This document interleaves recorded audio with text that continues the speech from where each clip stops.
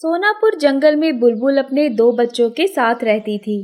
बारिश के मौसम में एक दिन रात को जंगल में बाढ़ आ जाती है और पूरा जंगल पानी में डूब जाता है। जंगल के पक्षी अपनी जान बचा के भागे। वही बुलबुल भी अपने बच्चों को लेकर दूसरे जंगल मायापुर की तरफ निकल जाती है। मायापुर जंगल का राजा भूरा बाज असल में एक बहुत ही निर्दयी राजा था, जिसकी प्रजा अपने ही राजा से बहुत परेशान थी।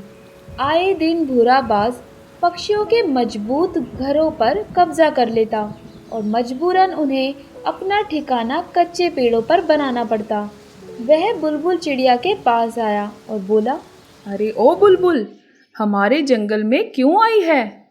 राजा जी, आप तो जानते हैं हमारे जंगल में बहुत भयानक बाढ़ आई है, जिसके कारण सभी पक्षी जंगल छोड़कर अलग अलग दिशा में चले गए हैं। बढ़ती बाढ़ अपना कहर दिखाने लगी, इसलिए मैं अपने दोनों बच्चों के साथ उड़ते हुए यहाँ आ पहुँची। हमारी मदद कीजिए। कुछ दिन आपके जंगल में रहने का बंदोबस्त कर देते तो। क्या तुम नहीं जानती, तुम्हारे जंगल के राजा उल्लू से मेरी बरसों की दुश्मनी है। अगर मैंने इतने सालों की दुश्मनी भुला दी तो कोई पक्षी मेरा सम्मान नहीं करेगा, और मैं मेरा सम्मान नहीं खोना चाहता। किसी से छुपकर अगर मैंने तुम्हारी मदद भी कर दी तो तुम इतनी गरीब हो कि इतने रुपए नहीं दे पाओगी, और वैसे भी तुम्हें देखकर मुझे उल्लू से की दुश्मनी बार बार याद आ रही है। पर हम यहाँ आपसे शरण मांगने आए हैं, भला हम आपको कैसी दुश्मनी की याद दिलाएंगे? मुझसे ज़्यादा जबान मत लड़ाओ। जाओ और अपने बच्चों को यहाँ से लेकर निकल जाओ। आगे से तुम मुझे मेरे जंगल में दिखनी नहीं चाहिए। बुलबुल भूरे बाज के आगे बहुत रोई और गिड़गिड़ाई, पर भूरा बाज उसकी हालत देखकर जोर जोर से हंसता रहा। आखिर में बुलबुल वहाँ से अपने बच्चों को लेकर चली गई। माँ, अब हम क्या करेंगे? हमारे पास रहने की जगह भी नहीं है। हमारे जंगल में पानी आ गया है और दूसरे जंगलवासी हमें अपने जंगल में घुसने नहीं दे रहे। अब हम कहाँ जाएंगे? किसी और जंगल में जाने के अलावा हमारे पास कोई चारा नहीं है। पर अगर वहाँ भी किसी ने हमें रहने नहीं दिया तो हमारी मुश्किलें और बढ़ जाएंगी। इतनी बारिश में मैं तुम्हें लेकर आखिर कहाँ जाऊँ? माँ, हम पहाड़ी के ऊपर भी तो जा सकते हैं। वहाँ हमें बाढ़ से कोई परेशानी नहीं होगी। तुम सही कह रहे हो चिंकू, हम पहाड़ी की ओर ही चलते हैं। वही अब हमारा आखिरी रास्ता है जहाँ हम रह सकते हैं। बाढ़ का पानी वहाँ तक नहीं पहुँचेगा। बाकी जो नसीब में लिखा है वो तो होना ही है। बुलबुल अपने बच्चों को लेकर जंगल से होते हुए पहाड़ी की ओर निकल जाती है। वहाँ पहुंचकर वह देखते हैं कि वहाँ बहुत सारे बांस के पेड़ हैं, जहाँ अनाज के कुछ पौधे और कुछ फलों के पेड़ भी हैं। माँ, यहाँ तो ठंड बिल्कुल भी नहीं है और बहुत सारे फल और अनाज भी हैं। हम यहाँ पर पेट भर खा सकते हैं और आराम से रह सकते हैं। हाँ माँ, अच्छा हुआ वहाँ बाढ़ आ गई, क्योंकि ना तो वहाँ फल मिलते थे और ना ही अच्छे लोग। हम यहीं रहेंगे माँ। बच्चों, हमें पुरानी बातें नहीं सोचनी चाहिए। अगर सोचना है तो यह सोचो कि अब हम यहाँ आ गए हैं तो यहाँ हमें कैसे रहना है। हम पहाड़ी की सबसे ऊंची चोटी पर हैं। हमें यहाँ एक झोपड़ी बनानी होगी, वरना आते जाते खतरनाक जानवर हमारा शिकार कर लेंगे। लेकिन माँ, हम झोपड़ी कैसे बनाएंगे? हाँ माँ, झोपड़ी कैसे बनाएंगे? यहाँ तो दूर दूर तक कोई घास नहीं है। हम लकड़ी से घर बनाएंगे। लकड़ी से बना घर बहुत मजबूत होगा। कोई भी जानवर आसानी से उसमें नहीं आ पाएगा। हाँ माँ, मैं लकड़ियाँ तोड़ कर लाता हूँ। नहीं चिंकू, पेड़ों में भी जीवन होता है। अगर हम जानबूझकर लकड़ियाँ काटेंगे तो उन्हें चोट पहुँचेगी। तुम एक काम करो, पेड़ के पास पड़ी सभी लकड़ियाँ ले आओ। ठीक है माँ, मैं और चिंकू मिलकर यहाँ लकड़ियाँ इकट्ठा करते हैं। आप उन लकड़ियों से हमारी झोपड़ी बना लीजिए। चिंकू और रानो एक एक लकड़ी को उठाकर बुलबुल के पास ले आते हैं और कुछ घंटों की मेहनत के बाद वे पर्याप्त लकड़ियाँ इकट्ठा कर लेते हैं। तभी चिंकू की नज़र दूर पड़े फूस पर जाती है, और वह उसे लेने उसकी तरफ चला जाता है। चिंकू, अकेले वहाँ मत जाओ।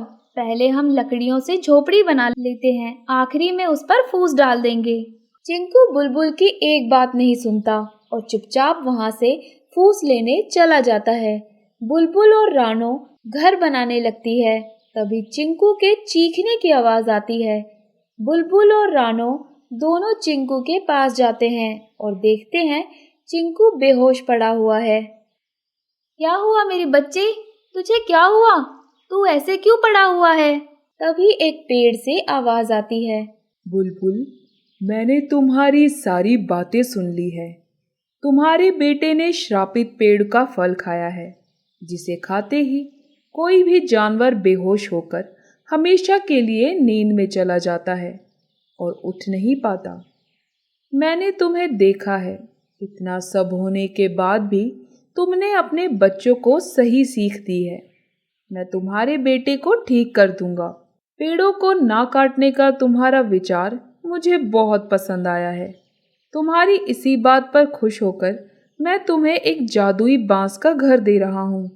उस घर में तुम्हें सारी सुख सुविधाएं मिलेंगी, जिसमें तुम्हारा परिवार बिना किसी डर के रह पाएगा और तुम अन्य लोगों का भी भला कर पाओगी। मैं तुम्हारे बेटे को बिल्कुल ठीक कर दूंगा और एक आलीशान घर तुम्हारे सामने आ जाएगा, जिसमें तुम अपने बच्चों के साथ रहोगी। ये क्या? मैं कोई सपना देख रही हूँ? पेड़ बोल रहा है? हाँ माँ, मैंने भी आज तक किसी पेड़ को बात करते हुए नहीं सुना। मैं एक जादुई पेड़ हूँ। मैं किसी के भी मन में चल रही अच्छाई को भांप लेता हूँ। तुम्हारे मन की सच्चाई को देखते हुए मैं तुम्हें एक ऐसा घर देना चाहता हूँ जिसमें खाने का पूरा ध्यान रखा जाएगा। तुम बस अपनी आंखें बंद कर लो। बुलबुल और रानो अपनी आंखें बंद कर लेते हैं। देखते ही देखते जादुई बांस का घर बनकर तैयार हो जाता है, जो दिखने में बहुत ही खूबसूरत था। तभी चिंकू भी उठकर खड़ा हो जाता है और अपनी माँ बुलबुल को आवाज लगाता है। चिंकू, तू ठीक है? मेरे बच्चे, मेरी तो जान निकल गई थी।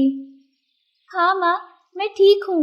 जब मैं यहाँ से जा रहा था तो मैंने बस एक फल खाया, जिसे खाते ही मुझे चक्कर आए और मैंने आपको आवाज दी। फिर ना जाने क्या हुआ। आज के बाद तुम्हें तुम्हारे खाने के सभी फल और सब्जियां तुम्हारे घर के अंदर ही मिलेंगी। तीनों घर को देखते हैं और उसके अंदर जाते हैं। अंदर से वह घर से ज्यादा महल की तरह लग रहा था। चिंकू और रानो को वह घर बहुत पसंद आता है। तीनों वहीं रहने लगे। समय बीतता है और वहीं उन्हें सभी फल और अनाज खाने को मिलते।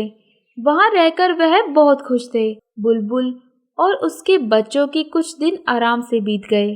फिर एक दिन मायापुर जंगल में भीषण आग लग गई, जिसके रहते भूरा बाज वहां से भागकर पहाड़ी की चोटी पर आ जाता है, जहां वह देखता है कि बुलबुल अपने बच्चों के साथ एक आलीशान बांस के घर में रह रही है और वह कहता है, बुलबुल, मुझे माफ कर दो।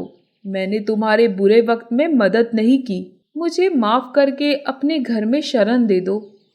नहीं माँ, इन्हें हमारे घर में अब हम नहीं रहने देंगे। इन्होंने अपने जंगल में रहने से हमें मना कर दिया था। आपने बुरे वक्त में हमारा साथ नहीं दिया था, पर हम आपके बुरे वक्त में आपका साथ जरूर देंगे। आइए। भूरा बाज घर के अंदर जाने लगा। तभी जादुई बांस के घर ने उसे जिंदा जला दिया। उसके कर्मों की सजा जादुई बांस के घर ने उसे दे दी। ऐसी मज़ेदार कहानियाँ देखने के लिए हमारे चैनल को सब्सक्राइब करें और बेल आइकन दबाना ना भूलें।